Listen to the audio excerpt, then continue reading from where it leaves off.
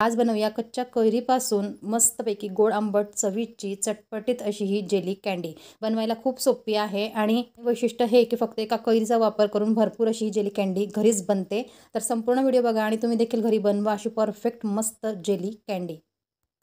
तर एक कच्ची कैरी घेतलेली आहे, तिला सोलून घ्यावं। जा पल्प जो आहे तो आपल्याला मिक्सरमध्ये बारीक वाटून घ्यायचा आहे, पाणी न टाकता। दुसरीकडे गॅसवर एक कढई ठेवली आहे, त्यामध्ये आपल्याला 500 ml पाणी टाकायचं आहे आणि मिक्सरमध्ये वाटलेला पल्प यामध्ये टाकायचा।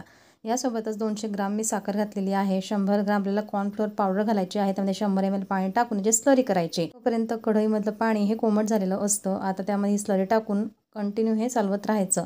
त्याआधी जर तुम्हाला आवडत असेल तर हिरवा फूड कलर यात टाकून हे मिक्स करत राहा। सतत मिक्स केल्यानंतर जवळपास 7 मिनिटांनंतर हे घट्टपणा पकडतं। तुपाने ग्रीस केलेल्या ताटात हे व्यवस्थित सेट करायला ठेवायचं। 30 ते 40 मिनिटाच्या कालावधीमध्ये हे छानपैकी सेट होतं आणि छानपैकी काप याचे होतात। तर मंडळी, कशी वाटली कच्च्या कैरीची जेली? आहे ना मस्त? तर पटकन लाईक करा, शेअर करा।